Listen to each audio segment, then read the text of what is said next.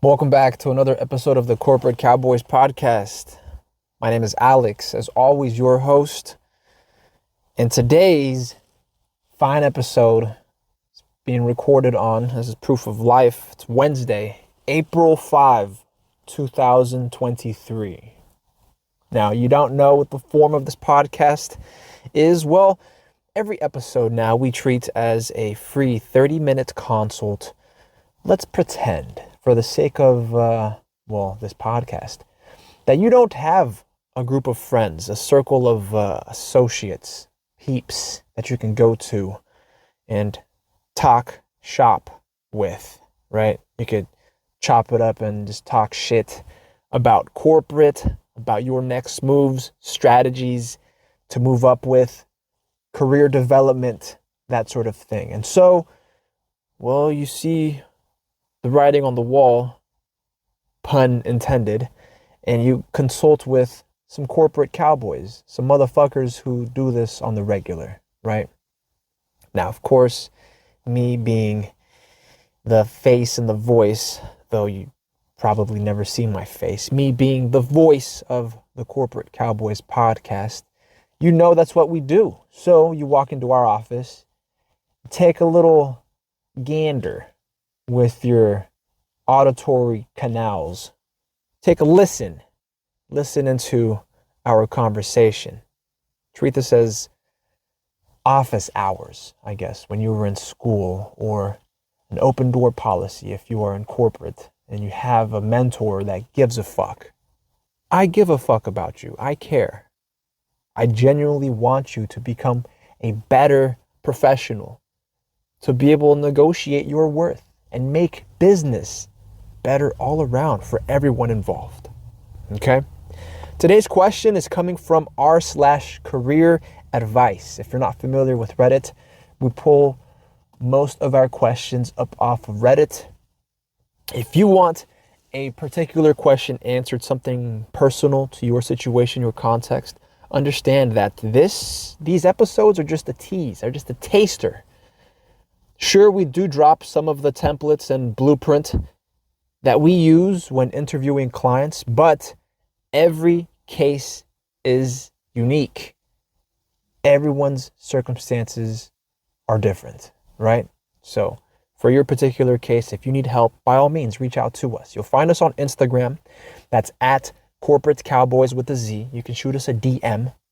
On Patreon, there are a couple of tiers there, and we do offer some question and answer options in some of the higher tiers, some of the upper level tiers.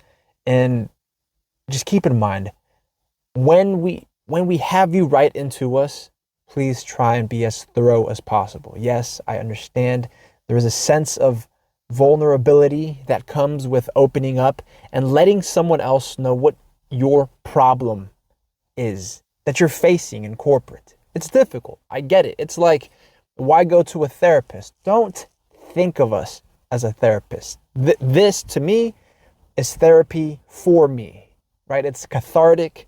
It allows me to apply practical knowledge, things that I do day to day, but it allows me to think out loud and strength tests ideas that I keep about corporate and strategies that I promote to my own clients, right?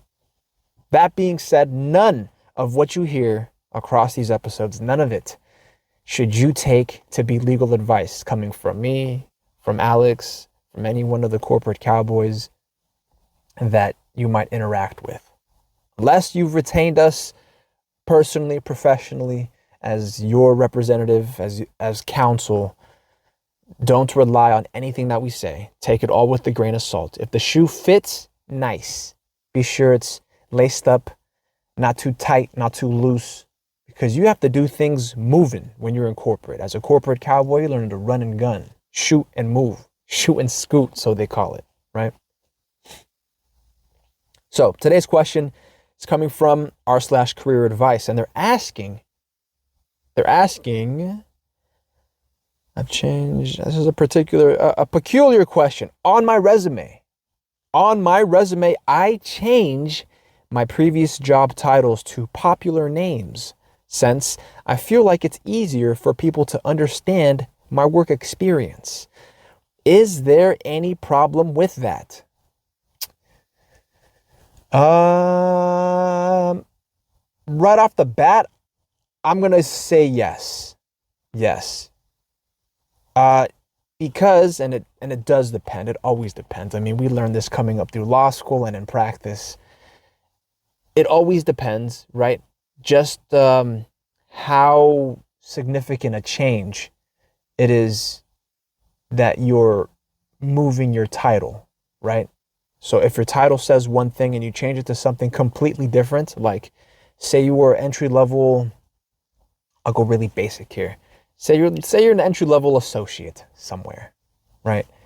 And you change your title when you apply to another job to something with a supervisor or a manager or some type of executive, which you were not at. Essentially, you're giving yourself an elevated rank on paper on this application. That might be a cause for problems. Unless you see, there's always some exceptions. There's always some exception to the rule, unless you can justify it. Unless you can justify it. Even then, me personally, professionally, I might shy away from changing job titles. Think of it this way. It's not for nothing that certain duties, obligations come with certain job titles, right?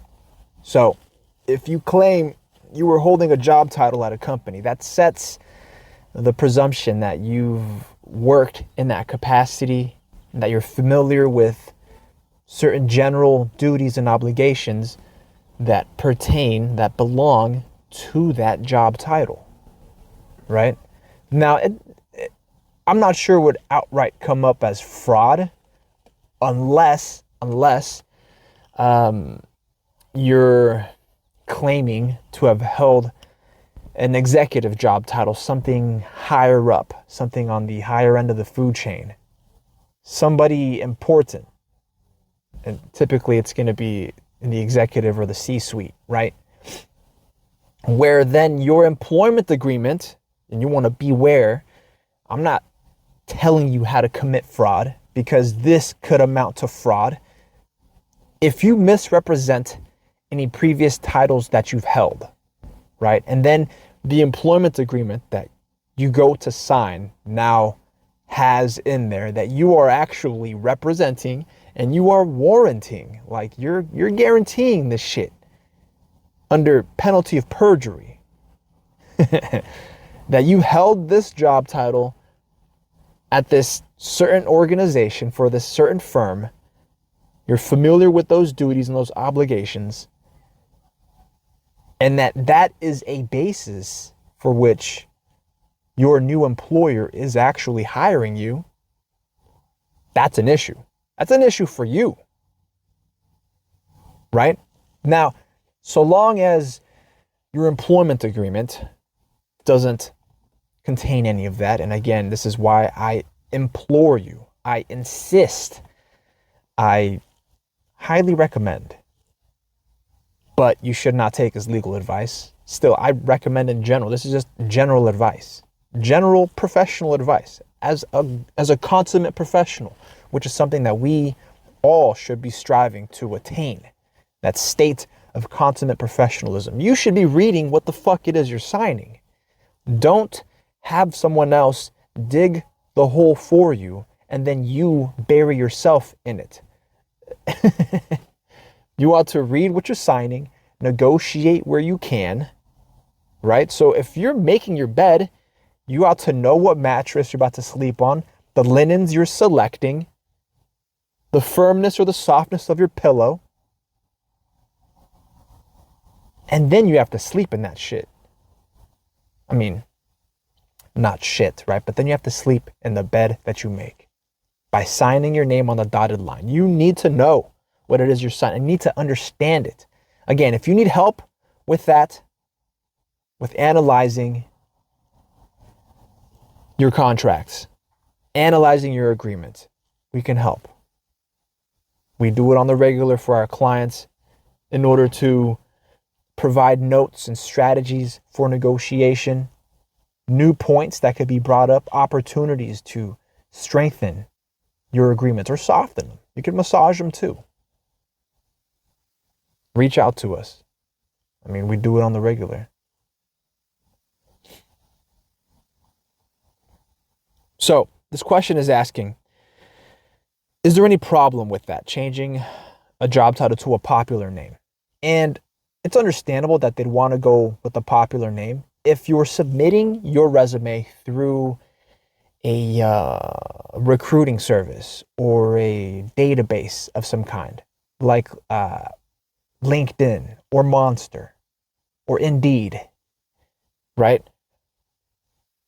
Those platforms have algorithms that they run on resumes that are submitted for popular keywords or keywords that are actively being scouted out by potential employers. Potential employers will get on these platforms and they'll look for recruits and employee prospects by filtering down through those keywords. Say they're looking for a part-time office assistant, right? And it works similar to a hashtag. If they're looking for a part-time office assistant, it's as if they have all of the database of resumes uploaded onto Indeed that they could just Control F for part-time office assistant, and any resumes that have been uploaded with those keywords, either part-time office assistant or just office assistant, will come up for them. So now on the applicant's side, it only makes sense that you distill down certain job titles that might be overly complicated. Say your job title, because for a while, I think this was like maybe like a little bit between the late 2000s and like early 2010s, there was like a fad of like naming job titles with really just cartoonish names, really. And I mean, you had a superstar marketer, right? When really what you're working is just the marketing department. Or you had a kitchen ninja, or just comically cartoonish, ridiculous names for that, right? So I guess if we went with the really basic example, imagine and I don't know why you'd be applying through LinkedIn for this, but you have experience in the kitchen as well as doing prep work, which is just preparing food for whatever shifts you're on, or preparing your workstation for the busiest times of a restaurant, which I guess in the industry is called the rush, right? And you have dishwashing experience. Obviously, I think a lot of entry-level food service workers pick up plenty of dishwashing and knife experience. Or maybe that was just me, but I did start out in food service and am well aware that dishes never end, right? So if you have that experience, kudos. So then imagine if you will, that the place you work at is like an uppity, gentrifying, hipster restaurant, right? And they name the job title for just the dishwasher, just working in the dish station, as a underwater ceramic maintenance specialist, right? Because you're working with ceramic dishware, and you're obviously submerging them underwater, and you're maintaining their condition, and you fucking specialize in it because it's what you do, right? Suppose it's a high occupancy, high volume restaurant, a lot of turnover on a lot of conversion as far as tables seated and guests served. So this title becomes the title you take on, right? Now, is that something you want to put on your resume if nobody, like no other employer, is looking for an underwater ceramics maintenance specialist? If they're control effing only for dishwasher, you think underwater ceramics maintenance specialist is going to show up? No. So if the job title name is overly technical, right? Or just overly verbose is the name. Too wordy, right? It's just fucking drawn out when it could be simplified and made basic by what it is you actually do on the job, right? Then just use the job title of what you actually do on the job. We're a dishwasher. You wash dishes. Now, how you then choose to sell the fact that you were a dishwasher, I mean, that, if you're familiar with the structure of resumes, I mean, you could list that in the bullet points underneath that employment position that you held. You could say, oh, I specialized in the underwater maintenance of ceramics, right? That's how you would get the point across in an interview. Now, this is a very extreme example. It's borderline a joke. I get it. But it's just for the sake of having an example, of providing you, the listener, with an example. So the question, I presume, is asking something similar. Let's read through the body. They ask, one example is, I worked at a company where I had the job title IT Solutions Engineer / Analyst. That's in quotes. Quote, IT Solutions Engineer / Analyst. And my assumption is that most people probably wouldn't understand what that job title means. Okay, you see, so we're off to a good start. They are consciously aware that their own job title may be overly technical for a hiring manager or an interviewer to really understand what it is that they do. Some of those words they could probably include in the bullet points underneath that employment position, right? So if they want to just start with a IT engineer or just analyst, right? If that's all the employer is looking for, if they're controlling for analyst only and Alex's name pops up because, well, hey, they were an analyst at this one company here. They see the job title analyst. They read through the bullet points. Ooh, okay, so now we know what type of analyst. They provided IT solutions for the C-suite, let's say. So they know that I've had access, I've had the clearance and the capacity to work with executives on IT solutions, providing analysis, interpretation, projections, reports, whatnot. However I choose to inform that job role, right? But the title is the first way that you get their attention, because it's the job title that they are looking for, that they're filtering for and searching for. You think they're going to jump on LinkedIn and type in exactly that, what's in quotes? I'm looking for, I'm looking for an IT solutions engineer slash analyst. I mean, chances are slim, very, exceedingly, increasingly slim that that's exactly the job title they're looking for. That they're looking for a person to fit exactly that job title.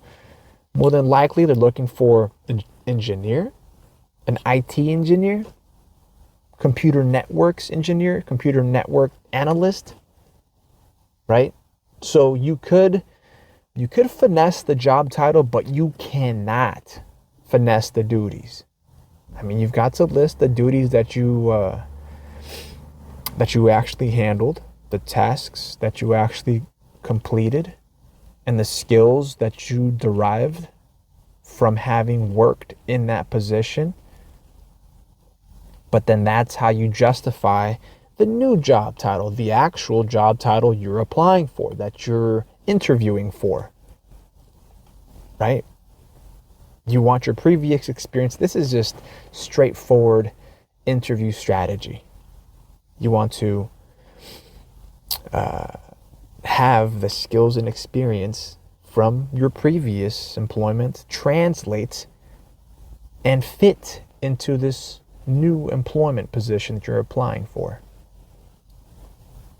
All right, so this question continues. They say, my assumption is most people probably wouldn't understand what the job title means. Okay. However, on my resume, I changed my job title to just, quote, software developer. Okay, well, that might be problematic, right? As a software developer, you should have, I guess what just comes to mind, right? If I'm hiring for and interviewing applicants for a software developer position, then I'm looking for someone who's got low-key extensive background knowledge and experience in coding, right? In actual software development, right? But that's only because, okay, now the caveat to that, it's only because I don't know exactly the experience and skills needed for that first, quote, IT solutions engineer slash analyst, right? I mean, if they're engineering IT solutions, does that or does that not sound like they're working on code and putting applications together for a company mainframe? They could be doing that. We just don't know until we would read a little further into their resume and into those bullet points after the job title of what it is exactly, what duties they undertook, the successes they had and whatnot, right?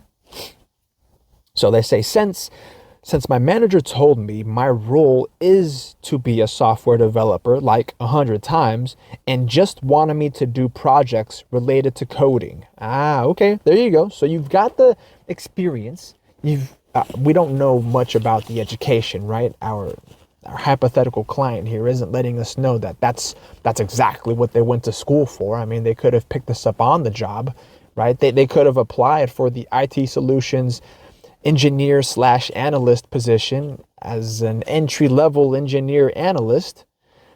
And their manager was like, well, you're going to learn how to code on the job. And now they've got this experience in coding without ever having gone to school and gotten certifications. And before you know it, they're just a journeyman software developer.